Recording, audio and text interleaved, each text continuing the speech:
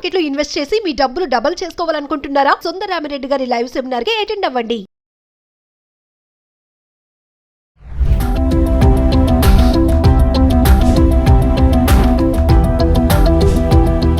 నమస్తే, welcome back to Suman TV. 60-70 ఏళ్ల వయసులో పెళ్లి చేసుకుంటున్నారు. ఈ మధ్యన ఒక ట్రెండ్ మనం చూస్తూనే ఉన్నాం. ఎందుకంటే తోడు కోసం, భర్తకి భార్య, భార్యకి భర్త ఖచ్చితంగా తోడు ఉండాలి. ఎంతమంది ఉన్నా సరే, పిల్లలున్నా మనవాళ్ళున్నా, వీళ్ళిద్దరు ఉంటేనే వాళ్ళ లైఫ్ అనేది బాగుంటుంది. మరి ఈ తోడు కోసం పెళ్లి చేసుకోవడం అనేది ఎంతవరకు కరెక్ట్? అసలు మరి మగవాళ్ళు వస్తున్నట్టుగా ముందుకి ఆడవాళ్ళు ఎందుకు రావటం లేదు అనేది నా యొక్క క్వశ్చన్. మా దీనిపైన మాట్లాడడానికి మనతో పాటు ఉన్నారు తోడు ఆర్గనైజేషన్ ఫౌండర్ రాజేశ్వరి మేడం. నమస్తే మ్యామ్. నమస్తే నవీన. మేడం, నేను చెప్పినట్టుగా మగవాళ్ళు వస్తున్నట్టుగా మలి వయసులో ఆడవాళ్ళు ధైర్యం చేయట్లేకపోతున్నారు. అంటే వాళ్ళకి మరి అడ్డుగా ఏమొస్తుంది అనేది ఎందుకు రావటం లేదు అంటే ఏం చెప్తారు? సోషల్ స్టిగ్మా అమ్మ. ప్రధానమైన కారణం ఏంటంటే సోషల్ స్టిగ్మా. అంటే ప్రతివాడు వాడి కుటుంబం బాగుంటే చాలు, ఎదరవాడు ఉండకూడదు. నెగిటివిటీ మనుషుల్లో. అంటే ఇప్పుడు భర్త చచ్చిపోయి ఏడుస్తుంది అనుకో, అది అలా ఏడిస్తే వీళ్ళలో ఒక శాడిజం, పైశాచికమైన ఆనందం. ఆవిడ ఇంకో పెళ్లి చేస్తున్న సుఖంగా ఉంటే వీళ్ళు చూడలేరు. ఆ నెగిటివ్ ఆలోచనలు అది ఎక్కువ డెవలప్ అవుతుంది. ఆవిడ అలా కుంగి కుసిస్తే వీళ్ళకి సంతోషం. నిజంగా అలా ఉంటారంటారు? బోలెడు మంది ఉన్నదే ప్రస్తుతం అలాంటి వాళ్ళే చాలా మంది. ఎందుకంటే ఈ నెగిటివిటీ ఉన్న సంఖ్య ఎక్కువ. దాంతోపాటుగా పిల్లలు కూడా ప్రతి పేరెంట్ని అడిగేది, ఈ వయసులో నీ పెళ్ళి అవసరమా, ఈ వయసులో నీ పెళ్ళి అవసరమా అంటే ఏ వయసులో పెళ్ళి అవసరం రాని తండ్రి తిరగేసి అడిగే స్థాయికి రావట్లేదు. ముఖ్యంగా తల్లులు. ఇప్పుడు 300 మంది మా మీటింగ్ వస్తే 100 మంది కూడా లేడీస్ ఉండరు, తక్కువ ఉంటున్నారు. 300 మంది ఫోన్ చేస్తారు నాకు, వచ్చేవాళ్ళు 100 మంది ఉంటారు, 200 మంది డ్రాప్ అయిపోతారు. అంటే ధైర్యం సరిపోక రహస్యంగా, మేడం మేము ఎవరికీ తెలియకుండా రావచ్చా, లేదా మీరు ఎవరివైనా నెంబర్లు పంపించకూడదా నాకు? వాళ్ళకి ఖచ్చితంగా తోడు కావాలనేది అనివార్యం అమ్మ, ఎవ్వరూ కాదనిలేని నిజం అది. కానీ సమాజానికి ఎక్కువ భయపడుతున్నారు. ఎందుకు భయపడుతున్నారు సమాజానికి అంటే, సూటిపోటు మాటలతో వాళ్ళు పొడుస్తారు కాబట్టి.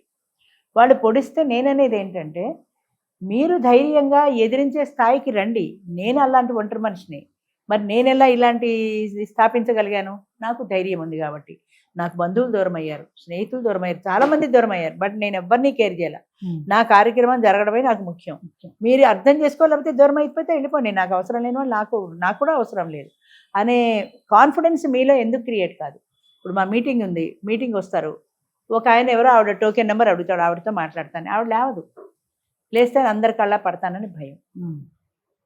టీవీ వాళ్ళు అడుగుతారు, ఇప్పుడు సపోజ్ మీరే అడిగారు, ఒక కార్యక్రమం మేము షూట్ చేస్తామండి అని, రారు జనం. షూట్ చేస్తామంటే రారు. ఒకవేళ వచ్చాను ఇలా పెట్టుకుని, మొహం కనపడకుండా ఇలా పెట్టుకుని మొహానికి అడ్డు పెట్టుకునే స్థాయి ఎందుకు రావాలి? నువ్వు స్టేజ్ దగ్గరికి ఎందుకు వచ్చి ధైర్యంగా నేను తోడు కోసం వచ్చానని ఎందుకు చెప్పవు? ఆయన మాట్లాడుతా అన్నప్పుడు నువ్వు ఎందుకు మాట్లాడవు? ఆయన నెంబర్ నాకు పంపించండి మేడం, నేను ఇంటికి వెళ్ళాక మాట్లాడతాను. ఈ భయానికి కారణం ఒకటి పిల్లలు, 2 సమాజం. నేను ఖచ్చితంగా చెప్తున్నా, సమాజంలో ఇది ఇప్పటికీ ఇంకా ఇది తప్పు పని అన్న భావన బాగా ఉంది. కొంతవరకు బెటర్. అంటే ఇప్పుడు ఇంకా కొంతమంది, చాలామంది పిల్లలు ముందుకు వస్తున్నారు మా పేరెంట్కి పెళ్లి కావాలని. కానీ ఇప్పటికీ సొసైటీలో తిని కూర్చొని తిన్నదరక్క వీళ్ళకి ఫోన్లు చేసి అడగొట్టే వాళ్ళు ఎంతోమంది. ఒకళ్ళిద్దరు ముందుకు వచ్చినా కూడా ఈ సమాజం యొక్క ఈ సూటిపోటు మాటలు భరించలేక రెండోసారి రారు. ఎందుకు సమాజానికి మీరు భయపడుతున్నారు? అదే సమాజంలో బ్రతుకుతున్నాను, నేను కూడా అదే సమాజంలో బ్రతుకుతున్నా.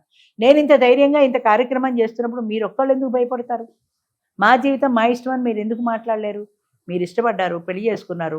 పైగా ఆశ్చర్యం ఏంటంటే, ఆయన పిల్లలు అంగీకరించారు, ఆవిడ పిల్ల అంగీకరించింది. పెళ్ళికి వాళ్ళు కూడా వచ్చారు, మేము కూడా వెళ్ళాం పెళ్ళికి.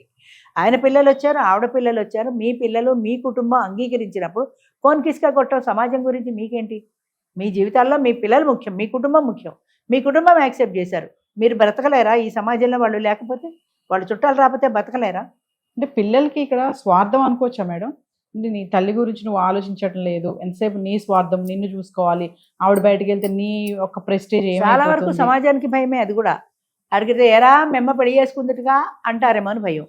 అవును చేసుకుంది అనే చెప్పే ధైర్యం నీకు రావాలి అంటా నేను. అవును తప్పేంటి, చేసుకుంది, ఆవిడకి తోడు కావాలి.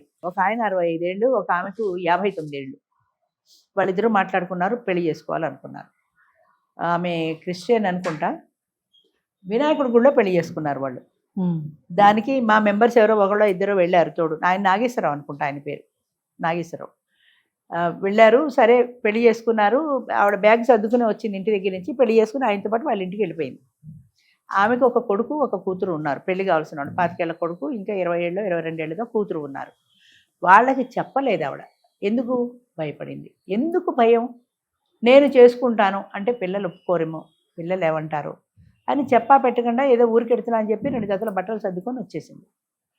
ఈ వార్త ఎవరో చారేశారు కొడుకు, ఒరే మీ అమ్మ పెళ్లి చేసుకుందిరా అని. ఆ పిల్లాడైనా చేసుకుంటే చేసుకుంది, నీకేంటని తిరిగి దెబ్బలాడ్డు. అంత తప్పు పని చేసింది మా అమ్మ అన్నట్టుగా వీడి అడ్రస్ తెలుసుకున్నాడు, పరాపరా వాళ్ళ ఇంటికి వెళ్ళిపోయాడు, నాగేశ్వరరావు ఇంటికి. ఆయన ఫెట్మెన్ ఒకటి కొట్టాడు, ఆయన వాచ్ కూడా తెగిపోయి కింద పడిపోయింది. వెళ్ళి సినిమాలో లాగా తల్లి చేయి పట్టుకుని బరబరా లాక్కొచ్చేసాడు, ఇంట్లో పడేశాడు, తలుపు గడిగేశాడు. హౌస్ అరెస్ట్ తల్లి ఇంత తప్పు పని చేసిందని. ఈ నాగేశ్వరరావు గారు పరిగెత్తుకుంటూ నా దగ్గరికి వచ్చాడు, నా పెళ్ళాన్ని వాడు ఎత్తుకుపోయాడని. పోలీస్ కేసు పెడతాను. ఏమని పోలీస్ కేసు పెడితే ఆమె కొడుకు కదా, నీకు వాడు బయటపడు, కానీ ఆమె సొంత కొడుకు కదా. అంతేత రేపు పొద్దున్న ఆమె చెప్పచ్చు, కొడుకుని ఎక్కడ జైల్లో పెడతారని భయం వేసి ఆయనే నన్ను కిడ్నాప్ చేశాడని చెప్పచ్చు. అంచేత అలా వద్దు, నేను మాట్లాడతాను, మాట్లాడినే అన్న. ఆశ్చర్యంగా మాట్లాడడానికి మా వాళ్ళు ఎవరు ముందుకు రాలా. ఆయన ఎస్సీ, నాగేశ్వరరావు అన్న ఆయన ఎస్సీ క్యాండిడేట్. అది ఎస్సీ అట్రాసిటీ కేసు అయిందంటే నీకు బెయిల్ కూడా దొరకదు. ఇది స్టార్ట్ చేసిన 1 year 1.5 yearకే కొత్తల్లో. నువ్వు నోరు మూసుకొని కూర్చో, పరిచయ వేదికే మంది పెళ్ళి వాళ్ళు ఇష్టం చేసుకున్నారు, వాళ్ళు చావు వాళ్ళు చేస్తారు, నువ్వు కూడా వెళ్ళొద్దు అని సలహా చెప్పారు నాకు. ఏం చేయాలి నేను? మానేయచ్చు, మానేసి ఇంట్లో కూర్చుంటే ఇది నెగిటివ్గా పెడుతుంది సొసైటీలోకి. ఇప్పుడిప్పుడే మొదలవుతున్నది, అమ్మో చూసావా పిల్లల్ని కాదని చేసుకుంటే అలాగే అవుతుంది అనే మెసేజ్ వెళ్తుంది. కాబట్టి దాన్ని సాల్వ్ చేయడానికి నా ప్రయత్నం నేను చేయాలి అని, ఏమైనా సరే నేను పెడతానన్నాను. ఈ నాగేశ్వరరావు గారు కూడా వచ్చాడు, కానీ నేను ఇంటికి రాను, కొడతాడు వాడు నన్ను కొడుకు, నేను దూరంగా ఉండి మీకు ఇల్లు చూపిస్తాను, నేను ఇక్కడే కూర్చుంటాను. ఆయన నాకు ఇల్లు చూపించాడు. సరే వెళ్ళాను ఇంటికి. వద్దన్నా మీరు వెళ్ళాను మానలా. ఎందుకంటే వెడితే నా భయం ఒకటే, ఇది నెగిటివ్గా మెసేజ్ వెళ్తే ఆగిపోతారు, వచ్చే ఆడవాళ్ళు కూడా ఆగిపోతారు. సరే వెళ్ళాను. కొడుకున్నాడు ఇంట్లో, రెండు అన్నాడు, కూర్చోబెట్టాడు. అంటాడు కొడుకు చెప్పింది ఏంటంటే, ఫస్ట్ థింగ్ మా అమ్మని మేము బాగా చూసుకుంటున్నాం, ఆవిడకి కావాల్సినవన్నీ కూడుగుడ్డ అవన్నీ మేము ఇస్తున్నాం. ఈ వయసులో ఆవిడకి పెళ్ళి అవసరమా? అందరూ అడిగిన ప్రశ్న అది. రెండోది, ఆవిడకి ఒకవేళ అవసరం అనుకుంటే అది నాతో చెప్పాలి, ఎక్కడో తర్నాకాలం ఉన్న మీ దగ్గరికి వచ్చి చెప్పడానికి అవసరం ఏంటి అసలు అన్నాడు. నేనేం చెప్పానంటే, ఒకటి ఆవిడకి పెళ్ళి అవసరం అనేది అది ఎవరు కాదనిలే నిజం, ఒక తోడు అవసరం. అది పెళ్ళను ఏమనో, ఆవిడకి ఒక తోడు అవసరం. మీరు చిన్నపిల్లలు 25 ఏళ్ల వాళ్ళు, ఆవిడ 50 ఏళ్ల మనిషి. ఈ మధ్య జనరేషన్ గ్యాప్ ఉంది. ఆవిడకి ఎన్ని గంటలు మీరు కంపెనీ ఇస్తారు? ఆవిడ వయసు కంపెనీ అయితే ఆవిడ ఏదో కష్ట సుఖం మాట్లాడుకోవడానికి ఈక్వల్ రేంజ్ ఉంటుంది. రెండు, ఇంకోటి ఏంటి చెప్పావు నువ్వు, మీ దగ్గరికే ఎందుకు రావాలి? ఇప్పుడు నాకు అనారోగ్యం వస్తే నా అనారోగ్యానికి సంబంధించిన డాక్టర్ ఎంత దూరంలో ఉన్నా అక్కడికే వెళ్తా. నాకు హార్ట్ అటాక్ వచ్చింది అనుకో, నేను కార్డియాలజీ డిపార్ట్మెంట్కి సంబంధించిన కార్డియాలజిస్ట్ దగ్గరికి వెళ్తాను. నేను పోయి ఇదేంటి వేరే ఈఎన్టీ దగ్గరికి వెళ్ళాను కదా. అలాగా ఆవిడ సమస్యకి పరిష్కారం నా దగ్గర ఉంది కాబట్టి నా దగ్గరికి వచ్చింది. ఆవిడకి పరిష్కారం తోచింది, మాట్లాడుకున్నారు, వాళ్ళు పెళ్లి చేసుకున్నారు. నీకేంటి అభ్యంతరం? ఈ సమాజంలో రోడ్డు మీద నేను నడిచి పెడుతుంటే జనం పక్కకి తప్పుకుంటారు. నేనంటే అందరికీ ఈ ఏరియాలో భయం, తల వంచుకుంటారు, తల పైకెత్తి కూడా మాట్లాడరు. అలాంటిది ఇప్పుడు నేను రోడ్డు మీదకి వెడితే ఏరా మెమ్మ పెళ్లి చేసుకుందిగా అని తల పైకెత్తి వంకర నవ్వుతూ నాతో మాట్లాడుతున్నారు. నాకెంత అవమానం అది అన్నాడు. అంటే నేనన్నాను, నువ్వు ఇంకోటి కూడా అన్నాడు, మీ ఇంట్లో ఇలాంటిది జరిగితే నా బాధ ఏంటో మీకు అర్థమవుతుంది అన్నాడు. నేను అన్నాను, మా ఇంట్లో ఎలాంటివి జరిగాయో నీకేం తెలుసు? నా కథ నీకు తెలియదు కదా. మా ఇంట్లో ఇలాంటివి జరిగినా నీలా నేను నెగిటివ్గా రియాక్ట్ అవ్వాలా, పాజిటివ్గా రియాక్ట్ అయ్యాను. రెండోది, వాళ్ళందరూ నిన్ను ఎదిరించి మాట్లాడుతున్నాయి, రారా మీ అమ్మ ఇలాంటి పెళ్లి చేసింది కదా అని. నువ్వు తిరిగి జవాబు చెప్పడంలో తేడా ఉంది. అదేదో అవమానం అని నువ్వు తలంచుకున్నావు. అలా కాకుండా అవును మా అమ్మకు ఒక తోడు అవసరం, నేనే పెళ్లి చేశాను ఏంటి అని నువ్వు తిరిగి అడిగితే వాడు పక్కకి వెళ్ళిపోతాడు. వాడి దగ్గర జవాబు లేదు దానికి. దాన్ని నువ్వు తప్పుగా అనుకున్నావు కాబట్టి ఇదివరకల్లా భయపడి పక్కకి వెళ్ళిపోయిన వాడు కూడా ఇవాళ నీకు ఒక కారణం దొరికిందని ఇది ముందుకు వచ్చి వాడు చెప్పి ఆనందం పొందుతున్నాడు. నువ్వెందుకు యాక్సెప్ట్ చేయవు? నిజమే మా అమ్మకు ఒక తోడు అవసరం, నువ్వెందుకు గుర్తించవు అన్నాను. ఏదో డిస్కషన్ అయింది. చివరికి ఆవిడ అక్కడ కూర్చొని ఏడుస్తోంది. నేను అన్నాను, బాబు మీ అమ్మకు ఒక తోడు కావాలి. ఆవిడ ఏడుస్తోంది. నీకు పరువే ప్రధానం అనుకుని ఈ సోకాళ్ళు పరువు ప్రధానం, ఆవిడ ఏడిస్తే ఏడ్చిందని అలా వదిలేస్తే కొన్నాళ్ళకి కుంగి కృషించి నశించి చచ్చిపోతుంది కూడా. చచ్చిపోతే చచ్చిపోయింది, నా పరువు నేను గట్టిగా నిలబెట్టుకున్నాను అని సంతోషిస్తావు. నీ కన్న తల్లి సంతోషం ముఖ్యమని ఆయనకి పెళ్లి చేస్తావో నీ ఇష్టం, నీకే వదిలిపెడుతున్నా సమస్య, నువ్వు ఎలా సాల్వ్ చేసుకుంటావు. కానీ ఇలాగే వదిలేస్తే మాత్రం ఖచ్చితంగా బెంగతో చచ్చిపోతుంది. నీ తల్లి బ్రతికి ఉండాలంటే ఆవిడ కోరుకున్న వ్యక్తితో ఆవిడకి పెళ్లి చేయడం ఒకటే మార్గం.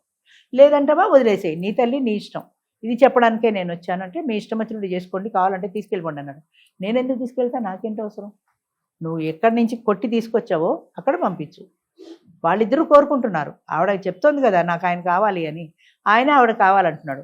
వాళ్ళు లీగల్గా ప్రొసీడ్ అయ్యి పెళ్లి చేసుకుంటారో లేదా ఇలాగే నువ్వు 4 గోళ్ల మధ్యన బంధిస్తావో నీ ఇష్టం, నీకే వదిలేశానని చెప్పి నేను వెళ్ళిపోయాను.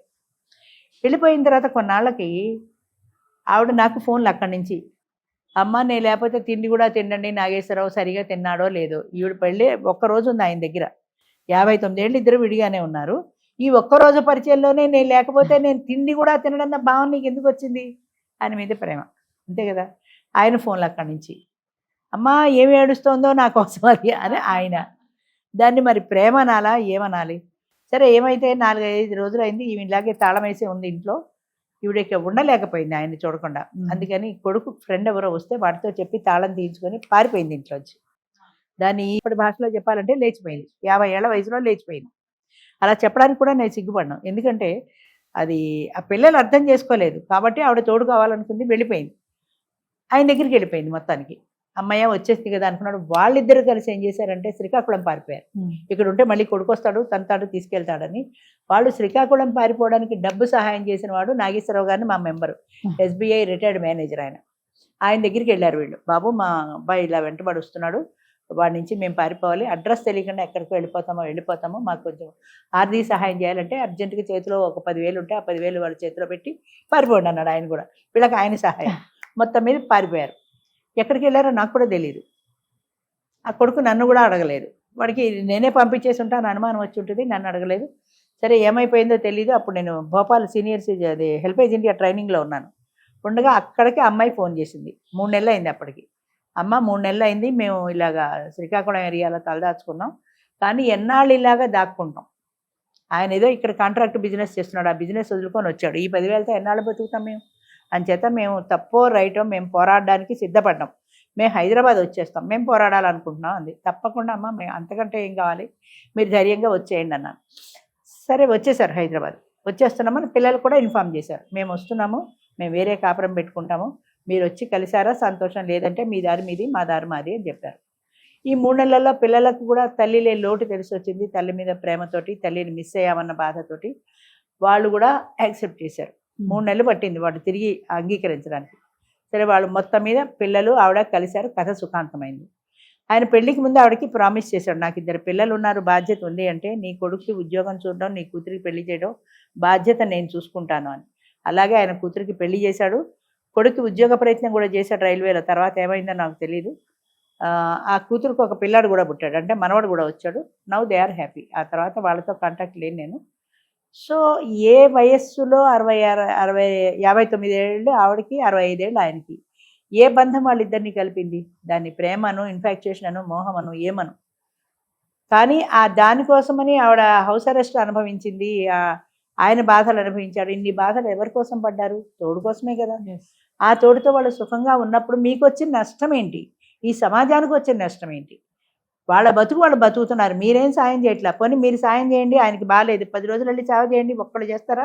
ఒక్కళ్ళు చేయరు, కన్నా పిల్లలు కూడా చేయలేరు. మరి ఎవరు లేనప్పుడు వాళ్ళ బతుకు వాళ్ళు బతుకుతున్నప్పుడు మీరు ఎందుకు అడ్డుపడతారు? నువ్వు పెళ్లి చేసుకున్నావుగా, చేసుకుంది, నీకేంటి నష్టం? నేనున్నాను 15 ఏళ్ళుగా లివ్ ఇన్ రిలేషన్లో, నేను ధైర్యంగా చెప్తున్నాను, నా పిల్లలకి తెలుసు, అందరికీ తెలుసు. ఎవరొచ్చి అడుగుతారు నన్ను? అడగమను. ఇదే సమాజంలో నేను బ్రతుకుతున్నాను కదా, నేను భయపడలేదు, నన్నేమనలేదు సమాజం.